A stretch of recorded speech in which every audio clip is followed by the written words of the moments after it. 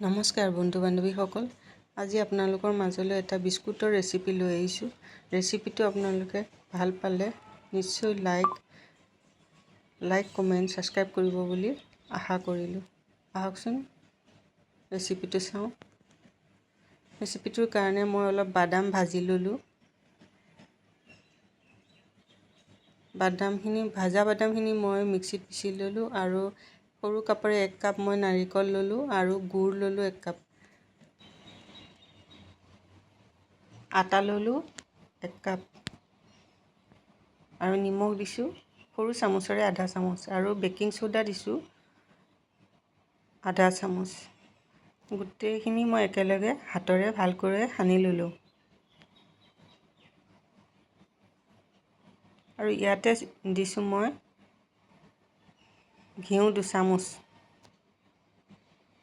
এতিয়া মই ভালকৈ সানি লৈ বিস্কুট বনাবৰ কাৰণে এনেকৈ গোল গোলকৈ মই বনাই ল'লোঁ আৰু তাতে অলপ বাদামো মই মিক্সিত অলপ দৰদৰীয়াকৈ লৈ মই তাৰ ওপৰত অলপ দি ল'লোঁ।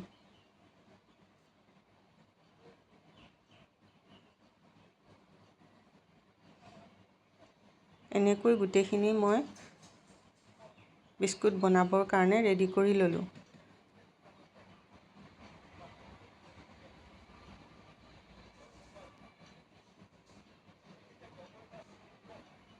চাওকচোন এতিয়া ইমান ধুনীয়াকৈ হৈ গৈছে বিস্কুট কেইটা।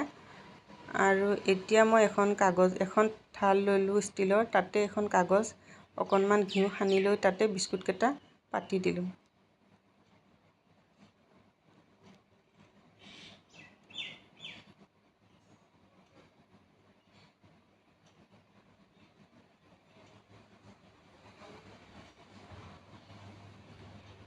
এতিয়া গেছটো জ্বলাই মই তাতে এখন কেৰাহী পাতি দিলোঁ আৰু কেৰাহীখনত তলত লাগি নধৰিবৰ কাৰণে এনেকৈ এখন ষ্টিলৰ প্লেটৰ নিচিনা দি ল'লোঁ আৰু তাতে মই বিস্কুটখিনি এনেকৈ পাতি দিলোঁ। এনেকৈ বিস্কুটখিনি মই প্ৰায় 50 মিনিটৰ কাৰণে ৰাখি থলোঁ। জুইটো চিমত দি এনেকৈ 50 মিনিট ৰখাৰ পাছত বিস্কুটখিনি খুব ধুনীয়াকৈ হৈ গ'ল। গুড় দিয়াৰ কাৰণে বিস্কুটখিনি অকণমান ৰঙা হৈছে, কিন্তু খাবলৈ বৰ ধুনীয়া হৈছে আৰু খুব খচখচীয়া হৈছে। এটা মই এনেকৈ টিপি চালোঁ, কিন্তু বহুত টাইট হৈছে বিস্কুটখিনি।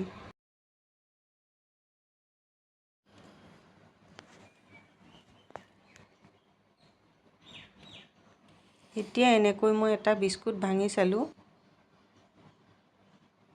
বিস্কুটটো বহুত টাইট হৈছে, খাবলৈ বৰ ধুনীয়া হৈছে, টেষ্টি হৈছে। এনেকৈ আপোনালোকে ট্ৰাই কৰি কেতিয়াবা চাবচোন আৰু ভাল পালে নিশ্চয় লাইক কমেণ্ট ছাবস্ক্ৰাইব কৰিবলৈ নাপাহৰিব।